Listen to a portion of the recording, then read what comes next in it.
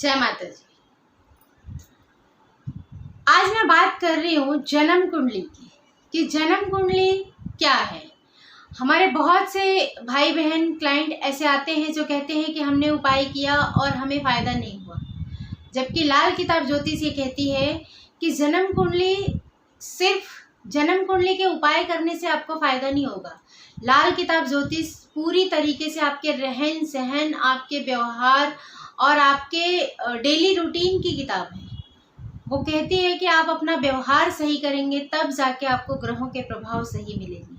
यानी सिर्फ और सिर्फ आप अपने आप को कुंडली का उपाय करते जाएंगे और अपने बिहेवियर को चेंज नहीं करेंगे तो कुंडली का कोई असर आपको नहीं मिलेगा। असल में कुंडली हमारे इस जन्म का लेखा जोखा होता ही नहीं है।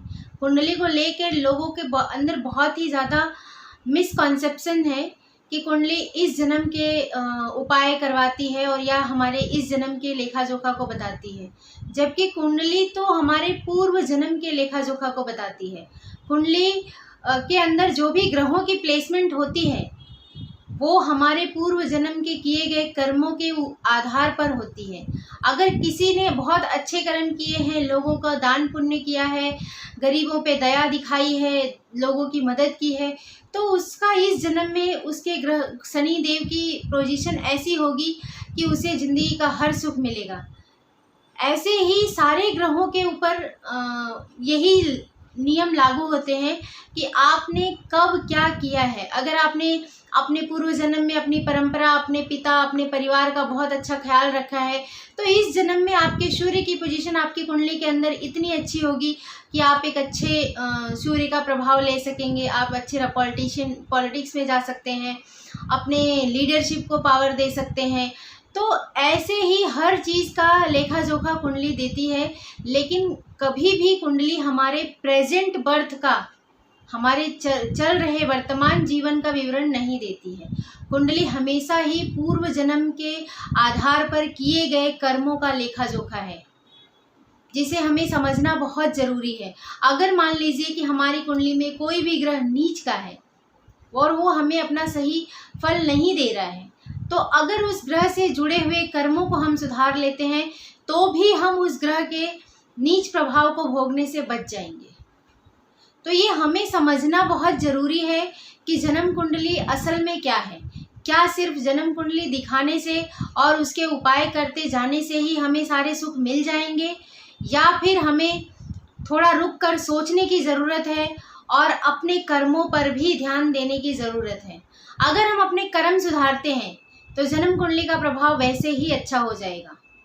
आपको चाहे नीच से नीच ग्रह बैठा हो या फिर आपकी कुंडली में कोई भी ग्रह डूबा हुआ हो, अस्त हो, पीड़ित हो, बहुत ही ज़्यादा कमज़ोर अवस्था में हो, लेकिन अगर आप उस ग्रह के गुण को समझ जाते हैं, उसकी परिभाषा जान जाते हैं, तो आप अपने आप को बहुत सारी बुराइयों से बचा सकते हैं। मान लीजिए कि आपकी कुंडली में किसी भी तरीके का दोष है, गुरु मान लीजिए नीच का है या खराब है। इसका मतलब क्या होता है? इसका मतलब होता है कि आपने अपने पूर्व जन्म में ज़रूर आपने अपने गुरु का अपमान किया है, या गुरु से रिलेटेड आपने कोई बुरे कर्म किए हैं, या फिर गुरु का कारक क्या है, पर गुरु, पिता और दादा और परम पिता परमेश्वर, आपने इन तीनों का दिल दुखाया है, या फिर जाने अनजाने आपसे ऐसी कोई गलती हुई है जो इन्हें अच्छी नहीं लगी है। तो ऐसे में क्या होगा कि गुरु आपका नीच अवस्था में बैठा है और वो इस जन्म में आपके इन फलों को खराब करेगा।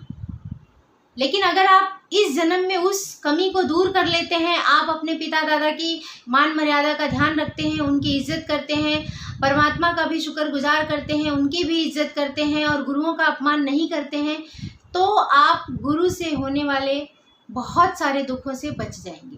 गुरु नीच का बैठा होने के बावजूद भी आपको अपनी नीचता नहीं दे पाएगा। तो अब आप समझ गए होंगे कि जन्म कुंडली असल में क्या है। जन्म कुंडली हमारे पूर्व जन्म के आधार पर लिखा हुआ कर्मों का लेखा जोखा होता है, जो हमें इस जन्म में भुगतना पड़ता है। जो भी हमारे अच्छे या बुरे कर्म के आधार पर जन्म कुंडली तैयार होती है। तो आज के लिए बस इतना ही। माता रानी आप सबको सुखी रखें, स्वस्थ रखें, मस्त रखें। जय माता जी।